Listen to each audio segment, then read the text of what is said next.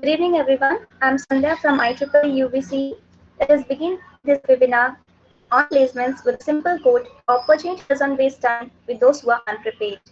A very warm welcome to our chief guests and all the participants present here. Now, I would like to call upon Nagateja to introduce our speaker. Good evening to one and all present here. It's my privilege to introduce our speaker for today's session, Raja Mahapatra. Raja is a software developer at SAP Labs, Bangalore with 2 years of experience. He completed his BE from UVCE in Information Science Engineering. He was from the batch 2016-2020. Raja Mahapatra was also the former vice chairperson of IEEE UVCE. Raja loves to spend his leisure time in cooking, trekking, jogging, and reading English books. He is interested in creating and maintaining softwares that makes people's life better. Now let us begin the session by reading out the questions from the Google Forms, and our speaker will address the questions. Now request Sandhya to take over. Thank you, Nagateja. Moving on to address the questions. So the first question is, how to start your placement preparation? Right. Thank you, Sandhya, and thank you, Nagteja. Before we just get into the answers of this, thank you for introducing me, and it's lovely to have so many people here. So, yeah, I mean, now let's delve into some questions that I got to know that were asked by people in the audience. So, first one here was how to start your placement preparation. So, one thing before I just say, there is no clear-cut answer or a path to this. Everyone has a different journey and a different process, where there is one thing which is constant. First, everybody has to understand that placement is a process where you find your next potential employer. It's the next phase of your life after your completed job. So you have to understand that this is not a reward that you get at the end of an engineering, but it's more about it's the first stepping stone of your next process of your life. So it's important to understand what the job market looks like, what really a placement means, what work you would be doing in a company, what the company does, and things like that. And you have to also understand the process that happens in our college, where we have a lot of people in the 4th years when you're about to enter. A lot of companies will come in, you'll be eligible to do certain kinds of rounds. Now, what do these rounds look like? There will be one first screening round of coding mostly, or MCQ or aptitude questions. Then there will be technical interviews, managerial interviews, group discussions if required, and then an HR round, and finally you'll be placed. So when you talk about how do you start your placement preparation, it's important to understand what happens in this process, right? Every company will usually have this 4 or 5 set of rounds, and once you understand this, we will have to then prepare for one each step. But then it's not very specific, but you always prepare for it as a whole. And we can talk about individual steps in a little detail later, I think. But it's very important to understand first how to start, that what is expected from you in this process. Once you understand the process, then you start working. And I think the subsequent questions will be answered where we go into details of every steps, and that will clarify this more. So I think Sandhya, we can move to the next. Thanks, Raja. Thanks for letting us know about this. So the second question is, tips to attend interviews and how to crack open dream companies. Right. So now this question specifically talks about open dream companies, but I'll try to give an answer to this from 2 perspectives. First is why open dream only. First, look at an interviews which is not different for a regular, a mass company or whatever this next tier we call it, and the open dream companies. The interviews remain the same, and you don't have to do something exceptionally different for different companies. It's just that there are some companies who are able to pay you a little more, and they are called the open dream companies. But first thing, when we are talking about interviews here, right? So there are now 2 types of interviews that will be there. One is technical interview, where people will be gauging your theoretical knowledge, your coding skills, your on-screen coding skills, perhaps if it's a virtual interview, things like that would happen, and your personality. Now, if you are an employer, you should understand that an employer is looking at you as a potential member of their family, and they are looking at somebody who can get jobs done. So you should appear like a good, uh, friendly, team working person who can gel with their team well, and also have enough technical expertise to get the jobs done.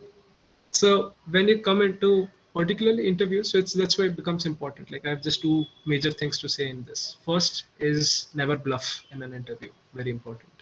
Never portray yourself that what you are not, because if you are caught at, for some reason, now you may succeed, but if you're caught, your chances of getting through is just it is over at that place. So the first thing is never bluff in an interview. And the second thing is focus on your resume. Now, why focus on your resume? Because your resume is your face, and whatever you write on that is what drives your interview process. So, have a good resume, be aware of each and everything that is written on it, and never bluff. And I think this is the most important tips that I would want to give. Now, something else I would want to add for open dream companies technically is that do not focus your attention to just one company that comes to our college. I mean, one best company for whatever parameter you have rated it best, highest paying, biggest name, biggest, largest company, whatever it may be. But have a group of companies which you feel are good according to you, which sync with the domain that you're in. Try to target all of them, because if you the point here is if you target on one company and let's say for some reason you do not get through it, so then what happens is a person usually breaks down and they are like, oh, my life is over. That now there is nothing more left. I just dreamed for one thing, it never happened. But the thing that you don't realize sometimes is this placement season is not the end. Now let's say you dream to work for, let's say, company X, and in college placements you're not able to get it. There will be so many opportunities in future. You could apply off campus always. You could try after being an experienced person. So if you're laser focused on one company, still you'll be getting more opportunities. But for campus placements, I would recommend have a group of companies, target all of them, and this would perhaps keep the people happy. So yeah, thanks. So the next. Thank you, Raja. That was very insightful. Now we'll move to the next question. Right.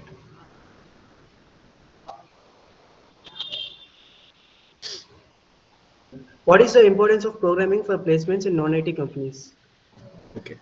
So non-IT companies, when we talk about this, if we are talking about some core companies of EC, EEE, mechanical or civil, here, honestly, it's not as equivalent as what is required in IT company, because what IT companies primarily desire is coding skills. That is what runs the company. Non-IT companies don't really need it that much. But the way world is changing now, it may not be uh, it will be very unwise if you don't have basic programming skills in a language like C, C++, or Java basics, where you understand how the structure of a code is written, where some basic data structures where you can write the basic loopings, get write programs to get things done. You may not need to create applications out of it, but having basic level knowledge is very important. So what is the importance? I would say it's less, but it's always a very good skill to have. If you are good, you will be rewarded. So that is a fact. Right. Next. So the next question is, how do we get trained by SAP Labs and get placed into it? And what are the opportunities going forward? Right.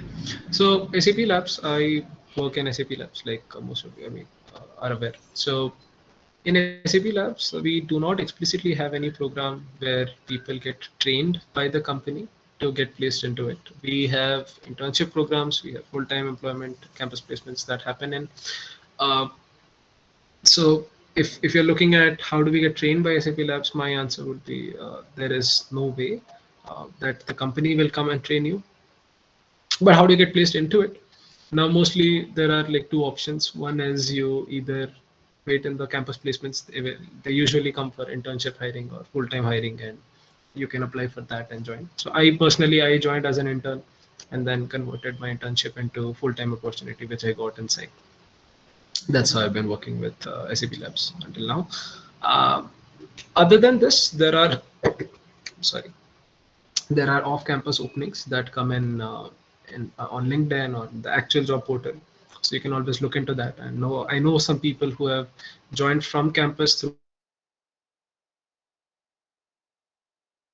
the immediate batch joined off campus as well. That's the other way of joining. And what are the opportunities going forward in terms of SAP? SAP is a huge company, and we have work going on in almost any technology, any domain that you want to work on. So opportunities are huge. Uh, I would recommend you be laser sharp focused on knowing that what type of role you're looking at. Is it software development, testing, support, DevOps, deployment, or machine learning related skills, research? What is it? If you are aware of that, then it will be easier for you to choose a company. So, uh, so, so that, yeah. This would have been very helpful for the students who are applying for SAP. Thanks, sir. So moving on to the next question, how to crack the HR round? Sorry. So yeah, HR round, right?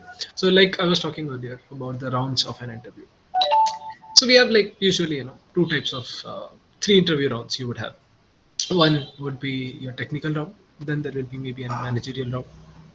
A final round would be the HR round. In most cases, that is the fact. And it's not something very special. So what you have to understand in the HR, what happens in the HR round is the HR of the company is just looking to understand you, to understand that do you fit their team, right? So when you're going in any company's interview, I have just one tip for this. Always do some research about the company and go for the interview. For example, let's say a company, Google is coming for placements, right? So we know today that Google makes mobile applications, Google makes payment applications, Google does mailing, this, that, X, Y, Z. Everything happens. But even if it's a company which is like, let's say SAP, we don't develop similar types of products. We have we have a different set of products. So every company which when you're going for a placement setup, right, it has its own domain, it has its own expertise, and always know what you're going in for. Then you would be more aware of what could be happening in the HR round, right? So it looks nice to be aware of what of the company's HR round that you're sitting in. That is one final thing, and otherwise HR round is usually a breeze. There is never a problem that comes around. Of course, like I would recommend one thing, that if you have plans for higher studies or things like that, keep them reserved to yourself, because when it comes to placements, people are uh, looking to employ you, and companies are not looking to let you go so easily. So hold those opinions to yourself. But yeah, that's it. This could have been very helpful for the participants to crack the HR round. So the next question is, how to improve problem solving skills and what is its importance? Very important. I mean, problem solving skills is something that may not be directly used in your programming interviews, but it's very, very essential because it structures the logical thinking process of your brain. When you're sitting in an interview process talking about technical stuff, X, Y, Z, you the way you think is what your problem solving skills structure it. So it's very important to develop it. Now, how you can develop it is, uh, one is start solving puzzles which are available on online platforms these days. A lot of puzzles are available. Earlier, these 30 rupees books, you remember, we used to get in railway stations, and like solve brain teasers, brain puzzles, and things like that. Nowadays, everything is online, and try to focus a little more coding related problems, puzzles. From there are like portals like Geeks for Geeks. There is another one that I'm just not able to recollect. Those two are very famous for puzzles. So do solve a couple of these puzzles them when you're about to attempt interviews. Now, sometimes they actually end up asking interviews. So I remember there was a company where I was sitting and there was an explicit puzzle round, and we were solving 5 puzzles like straight, one by one, and it was super fun to do it. So do that, and it's essential. It's something which is outside your core tech skills that is required, and solving puzzles is the only way that can improve these skills for you. So yeah, that's it. So the next question is importance of internship and how to decide we are ready for an internship. Thank you. So how to decide if you're ready for an internship? Uh, you can never decide that, because I want to give an analogy here. Usually what happens is when you feel hungry, we eat. If we create that analogy here, it's not that when you feel ready for an internship, you should go for looking for an internship. Rather, you should always be looking for an internship. And if you find something, you are lucky. That's the real fact. Now, find something, which I mean, I'm talking about paid internships, which are where you actually learn some things with perhaps startups, new companies, old companies, some research associates, things like that. So let's reverse engineer it, and let's call it like you keep looking for food the same way, and if you get food, you're lucky. Same way, keep looking for internships. If you find something which is, then you're lucky. Very important. The importance of internship. One thing which, in my opinion, this is like strictly my opinion, not a generic opinion. I personally feel that it's not absolutely essential to sit for placements, because I did my first internship only when I got in through campus placements. I had not done any kind of internship before. But what's important is if you have it, it's always nice to have learned some skills in that internship, and that is important, because otherwise, if you're not doing an internship, then you should be doing some projects. So when you're looking your resume from an employer's perspective, you would realize that you want to see that the person candidate has done certain works which is certified by somebody. So that's why it should either be internships or it should be projects. So either or, and one of these should be there on your resume. So if you can get some internships, please do it. Try to do it in the domains that you are really interested in, and not do some random internships which totally remote from your interests. Now, if you are really interested in image processing, do it in image processing. If you're interested in machine learning, do it. If you're interested in web development, go to a regular web development company and do it. If you're not able to score internships, absolutely do not worry, but do projects. The projects are, again, could be done in the same way. You can do it under any faculty, any senior, some working professional, this, that, or by yourself, no problems. But either of those is very, very important. So yeah, that's about it. Thanks, Raja, for letting us know the importance of internship. So moving on to the next question, that is, what areas do we need to focus more to clear technical rounds? Okay, so coming for IT companies perspective only here, of course, it's usually 5 subjects which lays the backbone of any interview which happens. First subject is data structures, second subject is algorithms, third is DBMS, fourth is operating systems, and fifth will be computer networks. Now these 5 are your core fundamental subjects that you have, that are there in your curriculum mostly. I mean, it is there with different names, you can say. Now you may have programming in C, C++, Java, this, that, XYZ, but it all comes under data structures algorithms of different languages. Um, but these are some theoretical knowledges, subjects for which knowledge is really desirable in the beginning. Now the reason of that, this is, you can imagine that when a company is coming for hiring freshers, right? So freshers have no work experience, but the company will be working on a particular product. I mean, they have their line of products. If VMware is coming, they know they make operating systems, virtual machines, things like that. They're not operating systems, virtual machines. That's like main line of business, right? So those companies have certain kind of domain in which they're already in. But we as freshers are supposed to be aware of all these fundamental stuff because they exist in our curriculum. So be thorough with these 5 subjects, especially whatever is there in the textbook.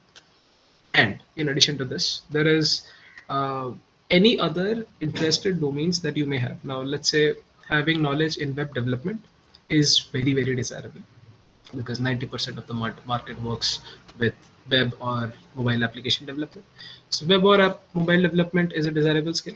Then there could be machine learning if you are interested in it. Now, if you have done some extra courses, yeah, or image processing, things like that. But those are secondary skills. But the most fundamental skills would be these 5, and that's the key to any company's interview. And so all happens is the level just keeps going up, down, and you just don't know what to expect in an interview for a particular company. But just study everything, all the subjects, and keep brushing your knowledge every day, every month. I mean, however you're preparing, so that everything is there in a brain and you understand them. Uh, it should not be like a theory exam where you memorize some 10 questions and then you wrote it and then you forgot. So that is not how it can work. Uh, so try to understand the core concepts and the architecture. Yeah. And in addition to the subjects, web architecture is one important thing. So yeah. It was an informative answer, Rajan. So next question is, explain year-wise preparation for placements. Okay. So yeah, let's talk about first years first, right? So what happens in first years is most of the people who come to college, they are like, I took engineering because my best friend took it. I took engineering because it will give me a job. I took engineering because I just had 90%. My father told me you take engineering. In this scenario, what happens is you are not aware of what you should be expecting as a job after 4 years, right? But you know that you have certain subjects in your syllabus and you are doing, let's say, computer science engineering, information science engineering, electronics, electrical, whatever. So it's important at that point where you realize that to get into the industry, you need to be good in the technical skills. There is just no doubt about this. You have to be good. So in first year, what you can do is you can't just start learning about operating systems directly. Maybe you can, but it's just difficult. That's what I feel for an average student's perspective. So focus on one thing, which is very important, I feel, which is competitive programming. Competitive programming is, as most of you are aware, is very popular for competition-oriented programming skills, where you have a problem statement, you solve it, you get that code done, and then that runs. There are many platforms who organize this. HackerRank, CodeShare, CodeForces.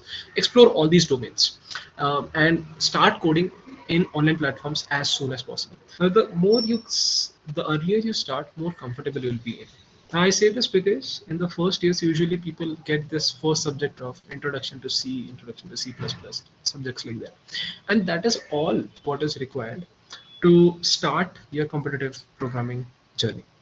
So for the first years, I have that recommendation, start competitive programming. Now, when you have come to second year, and of course, like in first year, I have one more suggestion: enjoy your relaxed time after your PUC or 12th standard, and have fun.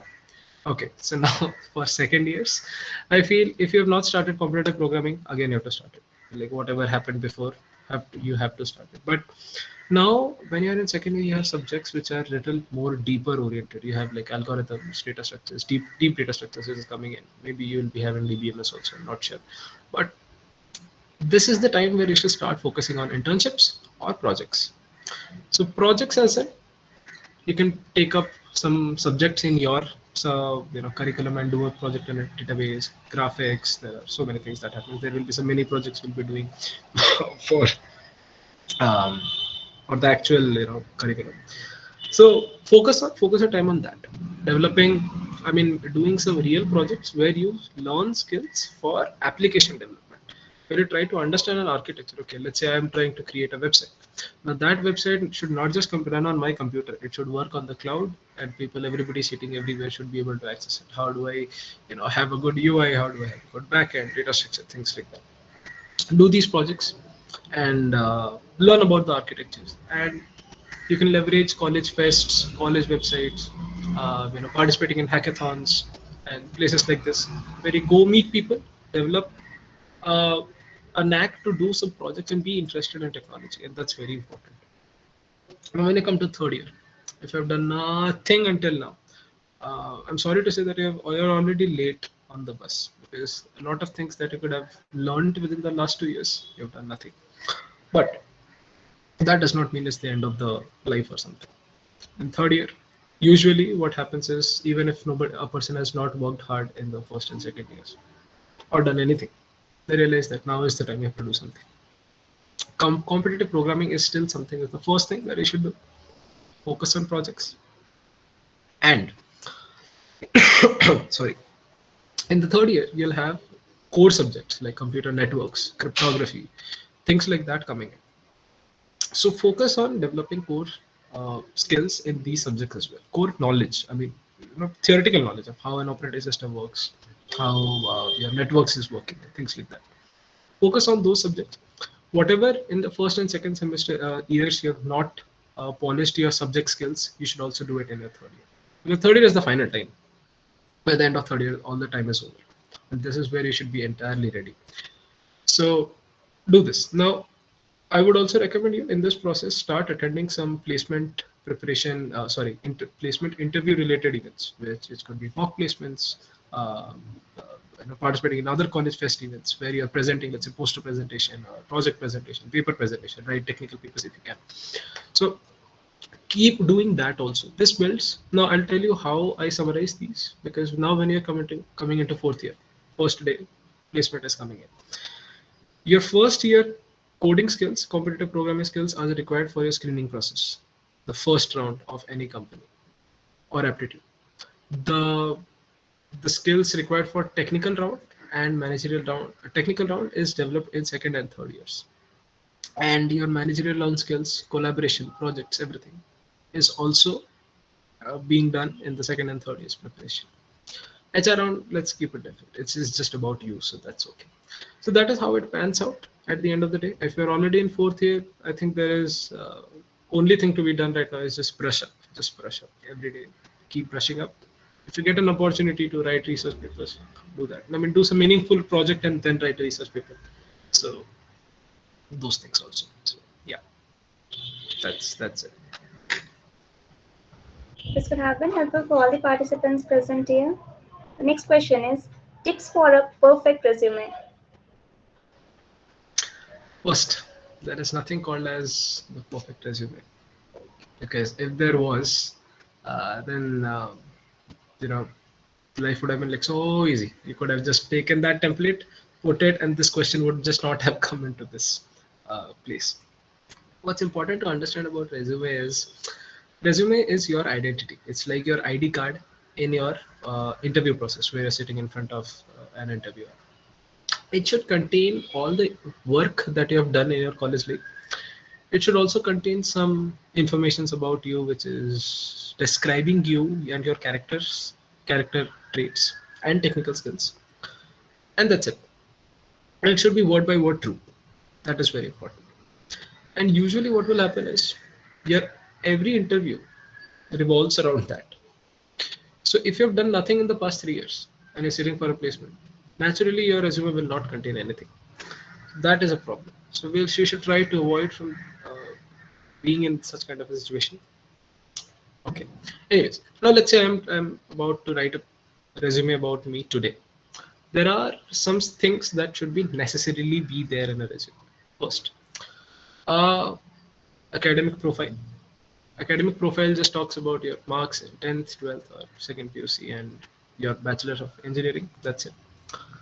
Then your technical skills, where you can write it in under two things. One is your technical programming skills in some languages, some other architectural skills that you have, let's say web development, mobile development, things like that. Some other social skills that could be, designing, video editing, things like that. Other software tools, right? Then there will be your project section, which is like the most important, where you write about I've done this project, this is my title, this was the basic summary, 2-line summary of every project that you've done. Sorry, what technology you used in this. This is very important. In the project section, usually when you're sitting for a fourth year company placement perspective, You should usually have 2 to 3 projects at least. You would have done that already. There will be some academic projects that would have gone in, but you should have, like, even if you have done like 10 projects, you don't have to put 10 into it. Put the 2, 3, 4 best ones in there and write it in a very structured, nice way, so that if one person reads that one line summary, they should get to know, okay, what work you did. Right. Then after your project section is done, you should have your extracurriculars and achievements, where you can talk about what you have done outside your academic profile. It could be uh, a part of some theater club. You could be doing some other cultural activities, uh, anything which is outside. It could be a part of MUN. These things I know that exist in our college. So things like that, where you can put like your achievements. Finally, hobby section is something which is not mandatory, but having that is, according to me, nice, because it gives you it shows your other side of your life. And these days, every company wants to have a complete person. They just don't want a person who can sit and write code. They want an all-rounded person who is culturally active, who is technically good, who is X, Y, Z, everything. So it's important to have everything in this. You can also include a career objective in the beginning, which is a 1-2 line short summary of what you are expecting. That's also optional. But these things should be there on your resume, and try to put it into one page. Now, one page, why I say this is because it shows your organization skills. A person, the moment they look at the resume, they will be able to say that, okay, this person is organized, they have done so many things, and don't have to flip and worry about it. You save their time to let them know about you. So try to put it in one page, and these will be the topics. So yeah. Thanks for your tips and suggestions, Mr. Raja. The next question: does marks matter a lot or upscaling our coding knowledge? Right, marks do not matter a lot. There is one thing which is to be understood is you have to be above a certain minimum cutoff criteria, which usually in percentage scale was 70 to 75%. If you're above 75%, there will usually not be any company that would reject you. But many companies have like a minimum benchmark, because above which your aggregate should be there to just sit for placements. I think in CGPA scale it would be around 8 CGPA and above. But if it's above that, it's nice, and there is nothing much you can do to change it in your past. Right now, you have what you have. Try to score more. Obviously, that exists, but that does not always influence your job interview process. Ever. What matters is your technical skills and your social skills. So upscaling your coding knowledge is very important. And marks, of course, you can't expect to have 35% marks backlogs in 4 semesters and then expect that, okay, I'm the genius you should be hired. If you are a genius, you will get hired, but usually that does not happen. So try to have a good balance between the two, and try to be above a certain CGPA, which is, I think, 8.5 is safe range. This is to every first and second year people who still have time to improve your resume by the end of your third year, beginning of fourth year, where you'll be sitting in placement. So yeah, thanks. So the next question is: how was your journey in the preparation of placements, and what is the mistake one should not do? What are the things you have discovered that you should have done / started or doing during the time of your preparation? Right. So my journey is mostly like this. What I said. I one thing that I feel I could have done better was done a little more competitive programming, and manage my time a little more, so that I could have balanced my extracurricular life and theoretical knowledge a little more. But of course, like, if I look at improvements, I could have definitely scored 1 to 5 more % in my school academics. I could have done 2 more projects, things like that. But leaving that apart, uh, it's important to understand the first thing that I was mentioning earlier. Never target just one company in terms of campus placements, and understand that if you have, let's say, one dream company which for some reason you're attracted to it, you will get more opportunities if it does not work out in campus placements, right? Rather, I would actually urge all of you to keep looking off campus opportunities the moment you start setting for on campus placements also, because you may sometimes be able to find better opportunities outside college, and that's very important. So similarly, if you are placed in our college, you could still be looking, for better opportunities outside. So maybe some company you want to really work in, some new startup that has started, and things like that. So keep doing that. And so one mistake, according to me, is like, don't be laser sharp on one company. Have a group, a pool. Find out what kind of interviews they have, what is the type of people who went in. Leverage your senior network, whoever you know. Go in there, speak to them. Try to know what happened in the last year's placements and how did that go. If they have something specific domain which they were looking at, things like that. So be in touch with your seniors, alumni, whoever you know. That is a good thing. And while you're doing this, be polite to them, and always respect the people, the time of people who you're talking to. Let's say you're talking to a person who has been working for a company for 5 years, and we are asking them for some interview tips. So be respectful of their time and things like that. So apart from that, it's just okay. So to understand that campus placements is not the end. There are more opportunities outside. Keep looking, keep hunting, and yeah, who knows, you may find better opportunities outside too. So yeah. Thanks for your guidance, Raja. Moving on, what should be seen, a package or a position? Okay. So first thing, when it comes to position, right? Every company for freshers level role hires the fresher level jobs. So technically, you will not be becoming the manager of a company in your, when you get your first job after BE. So when you're talking about position, you're just getting the same type of associate developer, associate software developer, or software SD1, what they call, or test engineer or support engineer one, like whatever it is. This is the entry level role, right? Which is very important. So I want to add a third thing into this, which is a package position or a type of job. So type of job is most important. You should be aware what domain you want to go in. Now, if you're really interested in doing something in, let's say, image processing, you should focus on that. Data analytics, you should focus on that. Things like that. Package is something, you should also try to understand how does a company pay a certain value. For example, if a company is quoting 50 LPA, so how is that 50 L? Is that LPA, or is it 50L, or 4 years? Like, how does that work? There are some companies who will give like a 3 year package and like one thing saying that you'll get this L for 3 years, things like that. So try to balance that out and look at an industry standard and decide it.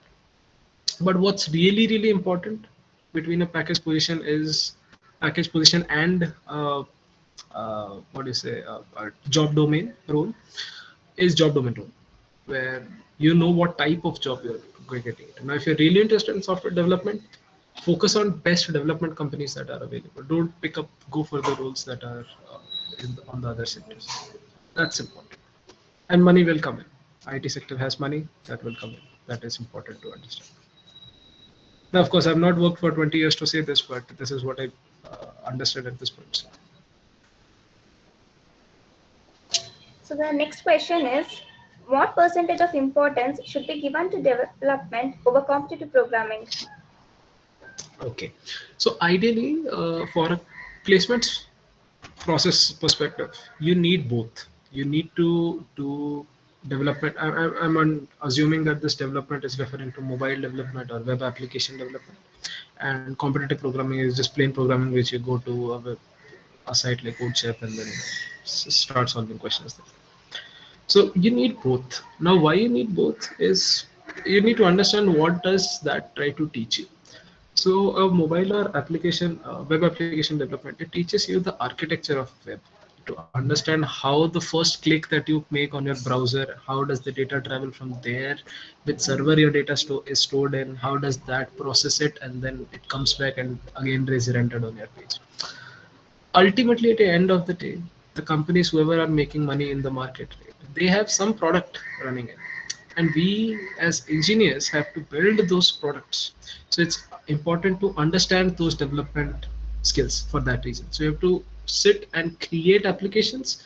Only then you would understand how would that even translate into some real kind of job, because mostly 95% jobs are that. Now, competitive programming helps you to structure your thinking skills in a coding perspective. Now, when they say you're learning Java, C, C++, Node.js, you have to start thinking in the language. You have to start thinking how a computer thinks, how you can how efficiently you can manage the data storage and get a job done, like how efficiently you can search a string, how efficiently can how can you get one program to run by using the least memory space, things like this. Now, in terms of jobs, the companies who really would want you to do competitive programming on an everyday basis, the hardcore competitive programming is very less, but it structures your thought process. That's important, and it's very essential for your initial coding round. It's blatant and clear. Every company's initial coding round contains competitive programming questions. The better you are in it, the easier chance it is for you to sail through for the first round and even subsequently help you, because there will be interview rounds where people may ask you to, they'll give you a problem statement on on the interview table, and they'll ask you to write code about it on it. If you're good at competitive programming, only then you'll be able to write it. Application mobile development is something very different. So there it deals more with architecture questions, like how does data travel, how does this transformation happen, things like that. But competitive programming is more about actually getting the job done. So do both, it's 50-50. And in competitive programming, I recommend doing it in a regular OOP language between C++ or Java, and not stick to Python only. That is little, because it's a scripting language, so stick to a compiled oriented language. So yeah, compiled language. So about that, yeah, cool. It was very insightful answer, Mr. Raja. So next question is, how do the co-curriculum activities and certificates help during placements? Okay, so certificates, not that much. Co-curricular activities, it shapes your opinion and it gives you a new flair in your life, new motivation in your life. So when you put some co-curricular activities on your resume that I was talking earlier, it shows that you are not just a person who knows to code. You're also a person who does this, that, and you have some passions other than just looking for a job. So it's important to have some co-curricular activities, develop those skills, and put it in there on the resume.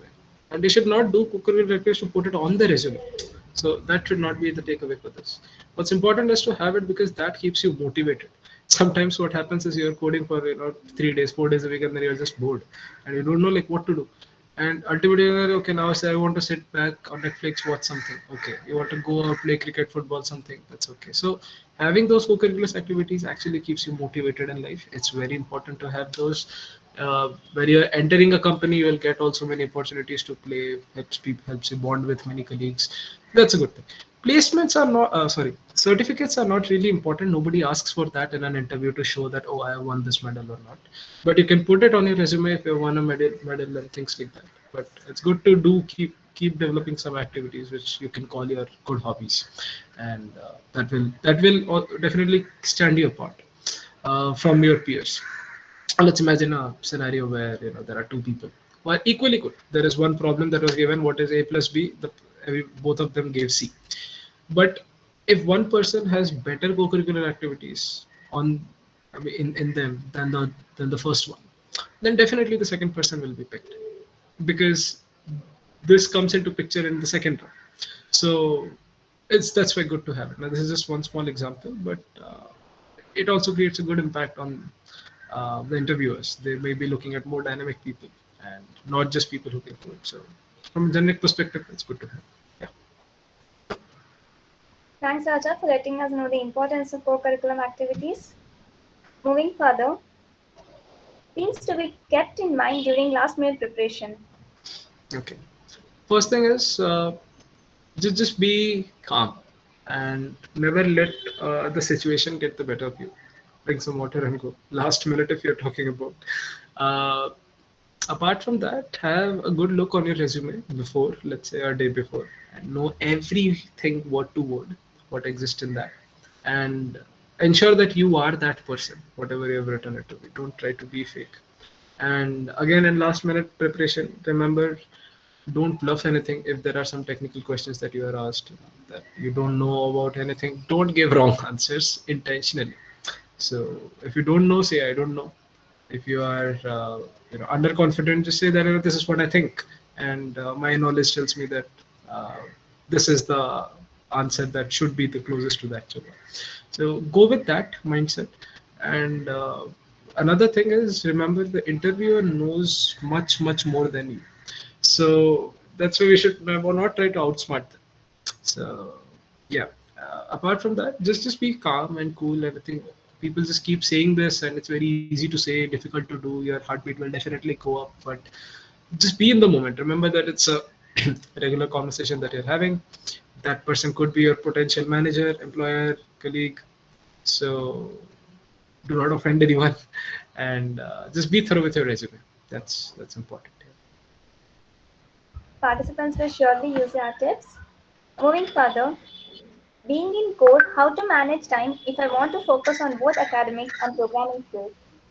Okay, so I consider again myself a little under qualified to answer this because I'm not from core. I'm from information science, which is technically the same subject from the computer science domain. Uh, but if somebody from core is looking at a job in the IT sector, right, it's essential you learn the basic three subjects first, which is data structures, algorithms, and database management system. Try to do some projects, and now how to manage time between the two, it's difficult. It's just difficult because you have your own commitments there, but take some time out somehow in a day, do some projects, learn some skills, brush up these core coding subjects and their tech knowledge. And it's very necessary to have this, otherwise it's very difficult to get a job in the IT sector. And the thing is, even if you get it in future, it will help you the more the better programming skills you have. So if you're looking at a career inside this, you know, find time, cut something out, but find time to sit and learn and become better in the IT subjects. Yeah. Sunday next. Thanks, Rajan. So the next question is, what should one prefer, Android development or web development? Okay, so this usually is a very biased question where the people who work in the mobile development will say do mobile, the people who do in web development say do web. So my in my actual work, I work with web development and deployments. So, but one thing I would want to tell you is the market is there for both Android or web, or Apple development and things like that. So don't have to worry about it too much. Whichever is easier for you to start with that. For a college project, if you're making a DBMS project, if web is easier, that's cool. If you want to create a cool mobile application, you want to start with that, that's okay. Start with anything, but do at least one of these two, if not both, for placements, because the entire industry is ultimately creating some product which is either a web application or a mobile application at the end of the day. There are very specific type of or I mean, there are other types of applications also. I mean, somebody is creating operating system, virtual machines, this, that. But from a majority standpoint, it's important to have knowledge in one of these two at least, and other things you can pick from there. So it's 50-50. In my opinion, it's there is no particular thing that you should be picking up. Web is a little easy in my opinion. That's what I would say. So yeah. This was very insightful answer. So the next is it hard to work for a 9 to 5 job? Does 40 to 50 lakhs compensate for your freedom?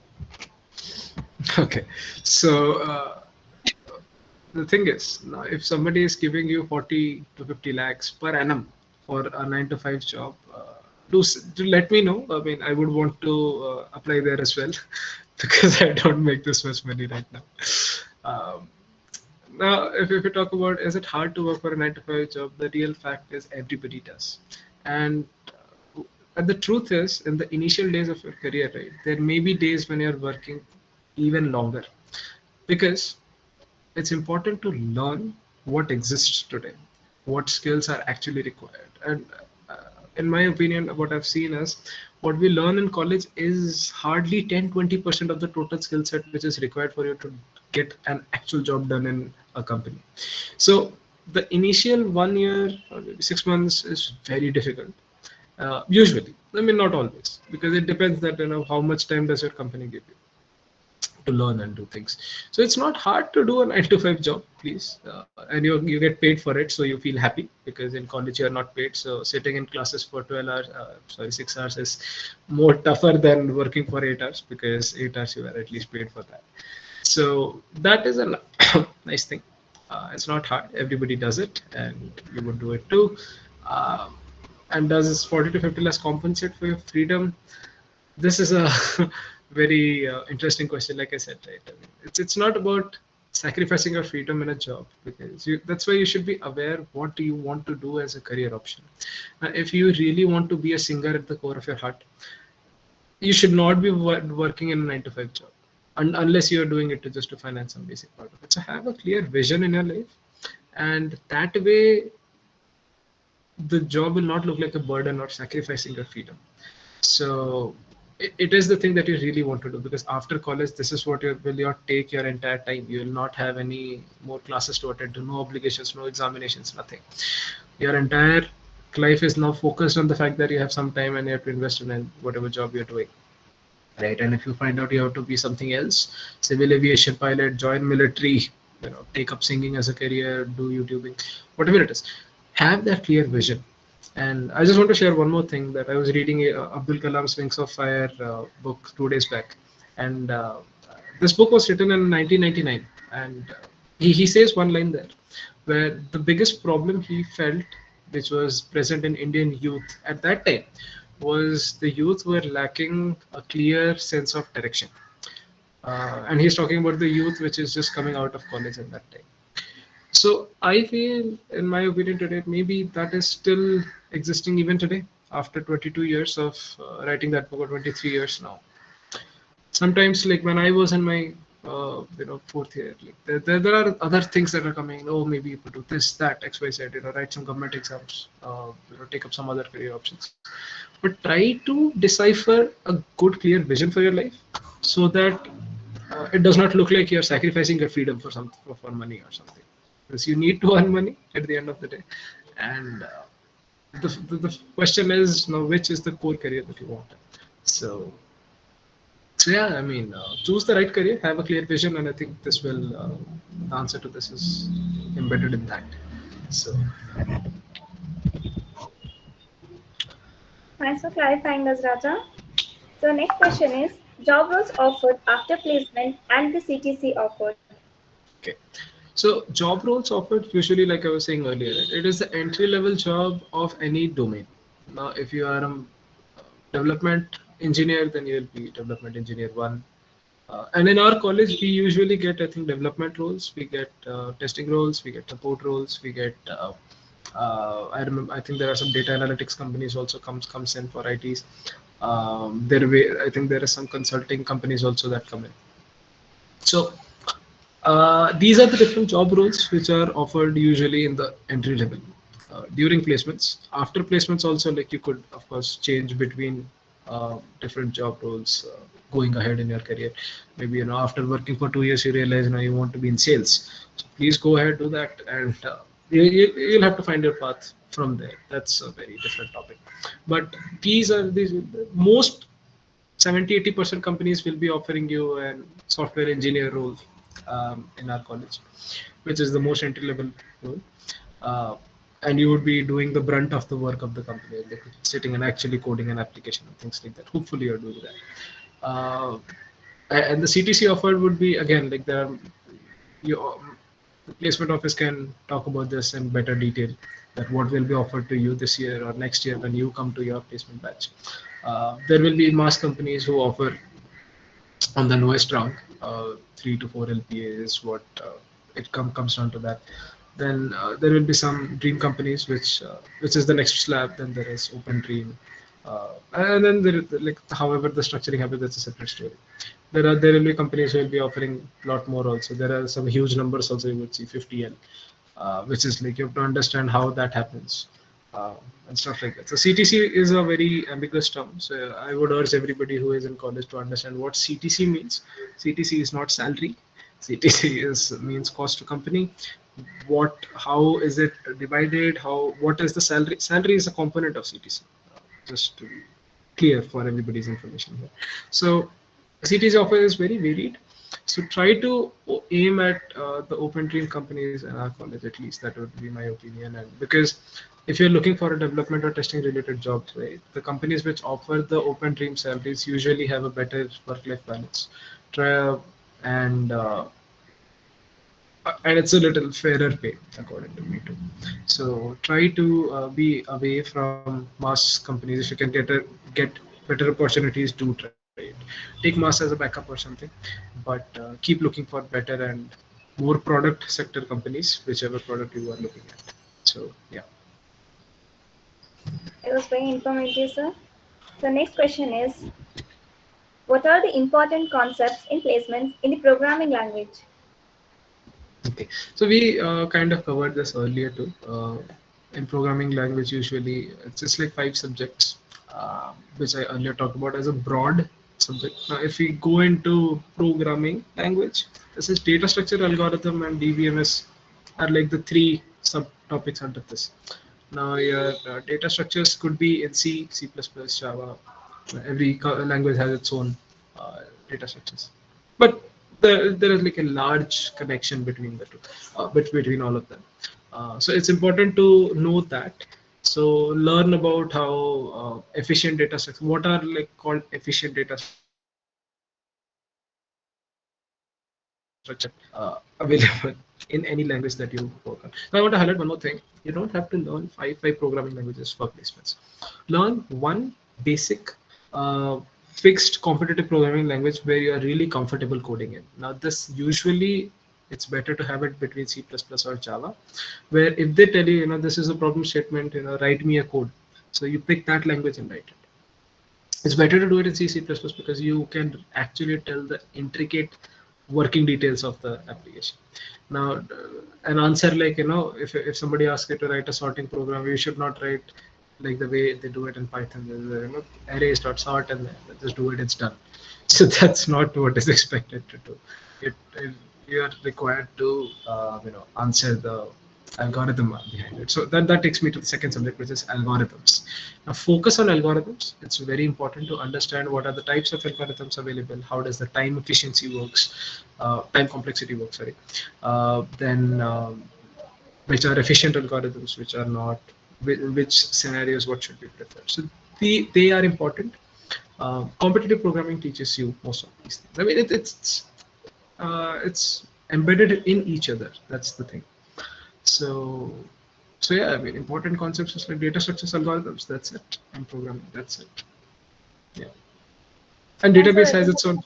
Sorry, once another thing. So sorry, one sir. final thing, database has its own languages of SQL. It's not a. It's a different type of language. There is no SQL databases also coming in. But having a knowledge on SQL language is also very important. They could be asking you to write any queries on database immediately in the interview. So that may also help. So that's the one more thing. Cool. Yeah, Sandeep, please continue. Thanks, sir. So the next question is it better to go for an IT company or a core company? Okay. So this is a very tricky question to answer. Now, another question is, what do you really want in your life is the question. Because if you have done an engineering in, let's say, electrical and electronics, triple, right? So what did you think before going into engineering degree is important. Now, if you wanted to be an triple engineer and you took up the electrical degree, so your aim should be going towards the core company itself, because you learn that skill, employ it at the end of the day, or if not, some other government companies like APTC and things like that. But the point is, why did you do an engineering degree in a particular branch if when you took it? That's important. Now, scenarios also happen somewhere you realize, okay, I don't like the subject. I want to be in computers or IT and something. And if you want to switch, then the answer to this question automatically becomes IT company. Because if you don't like the work that you are doing, you will not be happy in the company, and that's important to understand. So is it better to go for an IT company or a core company? Is because what do you want at the end of the day? So there is some kind of skewed things which are going on in India where IT companies do pay you inflate. I mean, salaries which are kind of higher than the core companies. But that's just in India. Now you may have opportunities outside too. You may be interested in pursuing higher studies and doing something else. So have that one clear plan why you took an engineering degree in the first place, and what best can you do with it.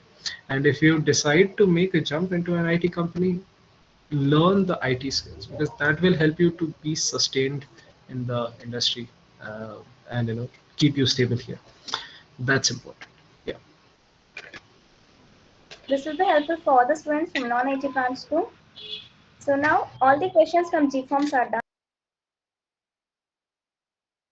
Doubts can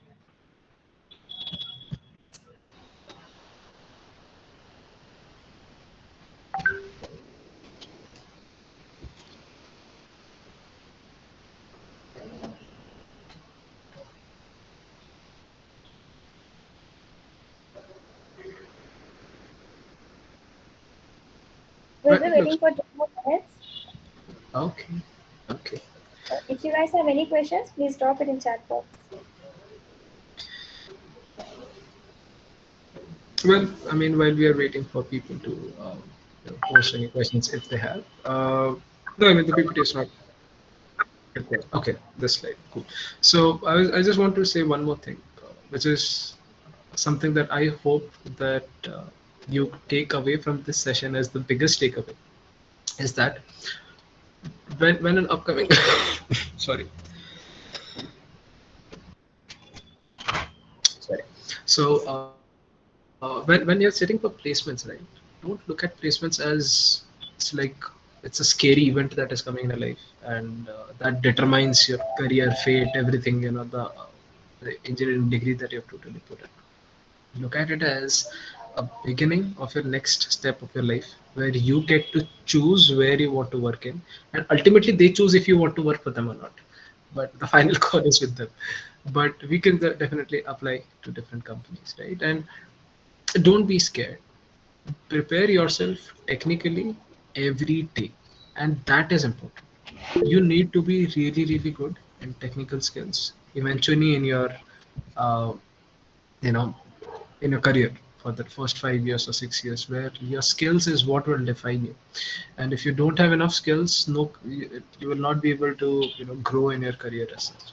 So focus on that. Be ready to uh, invest that time after you join a company also, to learn the skills which are necessary to get the jobs done, and find out if it interests you for long term also. So that is important. Don't be scared. Just keep preparing and let it be like one more encounter with some competition that you went in, and where you do it. Here, one more thing I just want to highlight about our college UVC here is that the companies to students ratio is huge.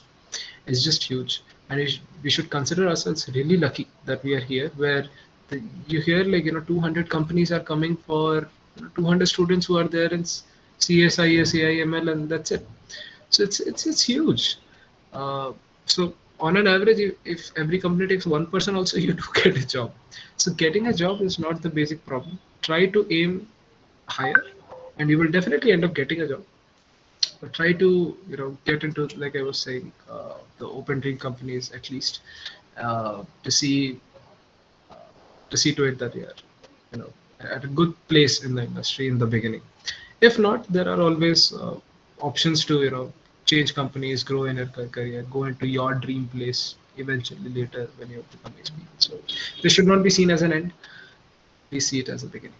So that's about it. I think there is a question here. So There's one, there's one question in the chat box, that is how to start web development for beginners. yeah, how to start web development, I don't know. But web development, yeah. So how do you start is, first thing is understand, do some course in HTML, CSS, and JavaScript. Basic HTML, CSS, and JavaScript. Try to understand what is happening there, and try to make some local websites first. So there are many YouTube channels available who do this. There are some Code Academy, or places like that, who offer structured courses. Not very important. You can do it from anywhere, but do a basic HTML, CSS, and JavaScript course and try to understand how things are displayed on a web browser, right? When you run some HTML file, it should display you something. Once you do that, you can start moving into, when you're a little comfortable, let's say in a week or 2 weeks, you can move to framework level changes where you understand, okay, how do you connect a database with, you could use backend in Java and front end in HTML, things like that, where you take it a notch up, where you add a database to it. And once you have a database appended to it, now you can, the third thing that you could look at is how do you actually host it on some free server on internet, where let's say, you can go to www.xyz.in.com something and get that done. So it's like a step-by-step process. Start from an HTML course, take a DBMS course, then try hosting, and that's it. And the best thing to try from here is, leverage your college events, maybe where you have fests, you have, websites getting made every fest, every other event, some minor events that happens to, learn from those people. uh, there are, I think, web development teams available with the Computer Society of IEEE, and the, things like that, they could help you, things like that. So yeah. Thanks for helping us know at how to start web development. So next question is, during placement, will they see average CGPA of 6 or 8 semester or GPA of each sem? So usually when they ask for cutoff, it is an average of all the 6 semesters, and that should be above a certain number. There are very rare companies who would be like, you should have X CGPA in every semester. So that is very rare, and if it is there, the placement office usually manages it, and they will shortlist it accordingly. So that is it. But usually it's an average of 6 semesters, 6 semesters until there. I mean, you would be sitting in a seventh semester, I'm assuming. So, yeah. So thanks, Vaja. So next question is it okay if we are primarily focused on development with good theoretical knowledge and very limited CP? No, I mean, very limited CP is not going to fetch you good rewards, because you'll not be able to clear the first coding round of most companies. So it's important to balance both and be at least on an average level in competitive programming, and focus the rest of your time on a web development. That should be fine. But you can't be very limited with CP, otherwise you'll not be able to clear the first round, never reach an interview, and then if you're not reaching an interview, then it's totally waste of time. So, yeah. Moving further, open source contribution versus internship. Okay, open source contributions are amazing. I mean, if you have a pull request approved from any of the open source libraries, it's huge. And important thing is, it's equally okay, because it's just like a project that you did. You identified some issue, you fixed it, you created a new feature for some open source library. So that's okay. It's as equivalent to do as internships, and it's equally nice to have. So that's super nice. So if you can do anything, that should be fine. So the next question is competitive programming important for core branch people to get placed? Sorry. Um, right. So see, like I said, when a company will come for placements, it will not be subjecting to different opening round questions for people from different branches. It won't be like the mechanical people will write certain they may be filtering and not allowing a couple of core branch people for IT companies. Some companies do that, but when it comes to an open the first round, it's same for everybody. So when you say competitive program is important for core branch people, yes, it is. It's as equally important for a regular person there. So you know. A blunt truth is, you will not get sympathies that you are from a different branch, and we are okay to have you with less knowledge because you're from a different place. The fact is, they're looking for a person who can do a job which requires some XYZ skill. You need to have that XYZ skill. If you have that skill, it's okay. Sometimes the backgrounds will not matter. Some companies will just not allow some branch people to sit. That's a sad story, and there is little less that we can do. Placement office always tries their best to make the most people eligible for it. So yeah, I mean, it's basically important to get competitive programming for other branch people as equal as regular people. Thanks, Raja. So next question is Is there a common aptitude for a set of companies or a separate aptitude for each company? Usually it's all separate, and every company has their own portal. There may be some common portals they would be using, but the questions will obviously be different. Domains could be same. I mean, if it's a general aptitude exam which comes, you could have like regular mathematics questions, profit loss, this, that, time, distance, things. The topics remain same, questions will be different. But every company, you can do that research, in our college, whoever are the companies that you are interested in their aptitude round, which type of questions were asked. Was it theoretical aptitude questions? Was it the 10th standard mathematics aptitude questions, or was it pure coding? So it could be anything. Every company will have its own set, and it's good to find that out from your seniors, any blog posts that you get, so things like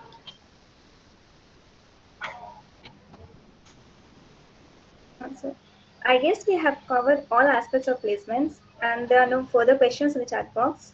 So thank you, Mr. Raja Mahapatra. It was really motivating session for us and I hope participants will follow all your guidance and your suggestions. Now I request Manjesh Patil to deliver a vote of thanks. Thank you, Sandhya. On behalf of IEEE UVCE, I consider it as my honor to deliver the vote of thanks. I would like to wholeheartedly thank Mr. Raja Mahapatra for addressing the students and clearing out all the doubts related to placements. Thank you for taking time off your busy schedule, sir. I thank all the students for actively participating in the webinar. Without your cooperation, the webinar wouldn't have been held successfully. Thank you. Thanks organizing team. Thank you all the participants for listening, and it was a pleasure. And special thanks to Sandhya, Nagteja, Abhijit, Mohit, and Kavya for constantly, contacting me and getting this done. And good job, and it was fun to be here. Yeah. Thank you. Thanks. Thank you, Raja. I would like to make a small announcement here.